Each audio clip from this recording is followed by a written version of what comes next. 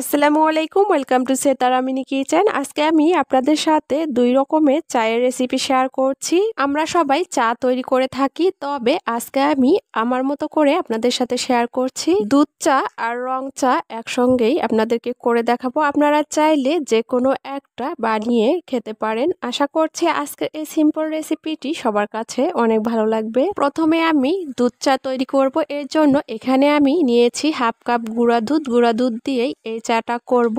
আর এই দুধের পরিমাণটা চায়ের মধ্যে একটু বেশি পরিমাণেই লাগবে।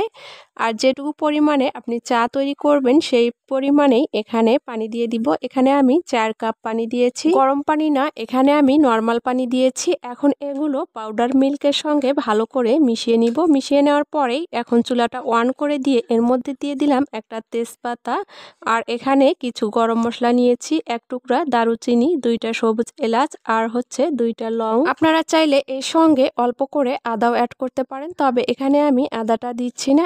এখন এগুলো একসঙ্গে মিশিয়ে নিয়ে চুলার তাপটা মিডিয়াম হিটে রেখে অপেক্ষা করব এই পানিগুলোর মধ্যে বলক আসা পর্যন্ত। যখন এরকম বলক চলে এসেছে তখন এর মধ্যে দিয়ে দিচ্ছি চা পাতা। যেহেতু আমি দুধ চা তৈরি করছি তাই এখানে চা পাতার পরিমাণটা একটু বেশি পরিমাণেই লাগবে। আর এভাবে করে চুলার তাপটা লো হিটে রেখে 5 মিনিট জাল করে নিব। আর দেখতেই পাচ্ছেন চাটা কিন্তু একদম হয়ে এসেছে আর এর কালারটাও কিন্তু অনেক সুন্দর এসেছে। এখন চুলা থেকে নামিয়ে পরিবেশন করে নিচ্ছি। চায়ের কাপে নিয়ে নিচ্ছি 1 চামচ চিনি। আপনারা মিষ্টিটা যার যার পছন্দ অনুযায়ী দিয়ে নিতে পারেন। এখন এই চাগুলো ছেঁকে নিচ্ছি। আর চাগুলো ছেঁকে নেওয়ার পরে চিনির সঙ্গে ভালো করে মিশিয়ে নিতে হবে। আর মিশিয়ে নেওয়ার পরে আপনাদের সাথে একটু শেয়ার করছি এই চাগুলো দেখতে কতটা লোভনীয় হয়েছে। আর এরই মাঝে তৈরি হয়ে গেল দুধ চা। এখন আমি চলে যাচ্ছি রং চা তৈরি করতে। এখানে আমি পরিমাণ মতো নর্মাল পানি নিয়েছি, এর মধ্যে দিয়ে দিয়েছি একটা তেজপাতা, কিছু গরম মশলা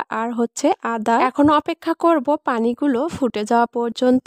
আর যখন এরকম পানির মধ্যে বলক চলে এসেছে তখন এর মধ্যে দিয়ে দিচ্ছি চা পাতা। আর এই চায়ের মধ্যে কিন্তু চা পাতাটা একটু কম করেই দিতে হবে। চা পাতা দেওয়ার পরে আবারও এগুলো নেড়েচেড়ে দিয়ে 5 মিনিটের মতো জাল করে নিব। আর 5 মিনিট জাল করে নেওয়ার পরেই দেখতে পারবেন যে চায়ের মধ্যে সুন্দর একটা কালার এসেছে। আর এরই মাঝে কিন্তু রং চাটাও হয়ে এসেছে। এখন চুলা থেকে নামিয়ে পরিবেশন করে নিচ্ছি। এর জন্য এখানে আমি চায়ের কাপে নিয়ে নিচ্ছি 1 চামচ চিনি। চিনি নেওয়ার পরে এখন একটা ছাঁকনি দিয়ে চাগুলো ছেঁকে নিব। চাগুলো যখন ছেঁকে নেওয়া হয়ে যাবে তখন এর মধ্যে দিয়ে দিচ্ছি ছোট একটা পুদিনা পাতা। আর আপনারা যদি একেবারে সবটুকু চার মধ্যে পুদিনা পাতা দেন তাহলে একটু পরিমাণে বেশি দিতে হবে, আর আপনারা চাইলেও বাদ দিতে পারেন। আর এখানে দিয়ে দিচ্ছি 2 টুকরো স্লাইস করা লেবু।